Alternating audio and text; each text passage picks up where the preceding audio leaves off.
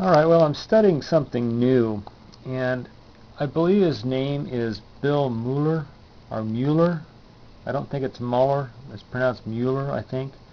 And he devised a machine called a Muller Dynamo. And what it is, and I did some studying on his work, is it's a motor generator that you actually turn it and make energy with something like a windmill or a diesel generator, or diesel motor or something. But you can also take part of his dynamo and energize that, and that drives the rest of the dynamo as a generator. And it's quite an interesting study, and I got interested in this because of a replication that someone was doing that evidently self-ran, and there's very high controversy about the reality of it or whatever happened, but anyway, I got involved, and I'm starting to study this device, and it is a fascinating device. And the heart of it to me is the fact that on his original design, Bill specified that there was one more magnet to the number of coils on the dynamo, so they're mismatched. And what that does is it eliminates the cogging that would normally happen on a generator or a motor, and that's the first thing that got my attention. And then his other design was the fact that you could take just part of this dynamo and use it to run the rest of it. Now, I've only got part of it finished here. I've got 4 coils, and the coils would have to go all the way around this.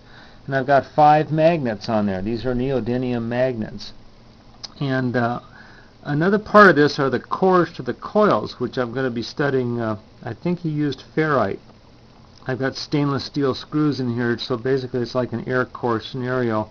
And I've just got this running with a reed switch, and you should be using an electronic firing circuit. But let me show you something interesting. I have one of the coils here as the drive coil, and the rest of these 3 are the alternator or power coils. And watch when I spin this up. This is a little jewel thief that's hooked up the generator part of this. And when I just spin this up by hand, watch this. There goes the jewel thief. I'm just twirling this with my hand. So this is acting like the generator part right here. And that's all that is. I let go of it, it'll still go until the speed runs down. That's inertia energy draining out of it. Now what I'm going to show here is this is a supercapacitor with I guess about 1.5 volts put in it. It's a 2.7 volt 20 farad supercap. And now I'm going to run the energy into this, get it started here, and this is going to not only run, but it's going to be generating electricity at the same time. And you can see this is the flyback off of the rotor running around there. And that's the jewel thief being powered by the generator coils.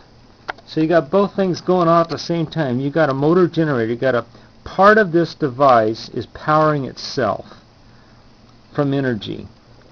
Now, the controversial study by the gentleman from the UK was he fed this energy back into this and supposedly got this to run on its own. I don't know. I don't want to make any conclusions about it, but just at this stage right here, I find this interesting, very, very interesting, this device right here. And this is just running on this capacitor. I'll just pick this up and show you.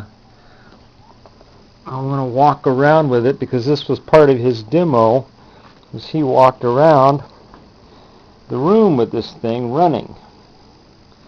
I'm going to do the same thing. There's nothing underneath this, because there's a lot of controversy of how he did what he did, and I'm going to give him the benefit of the doubt, because what I'm seeing right here is very, very, very interesting. This ability of a device to power itself off part of itself and generate electricity from the rest of it. And I don't know. I'm going to be studying this more and more.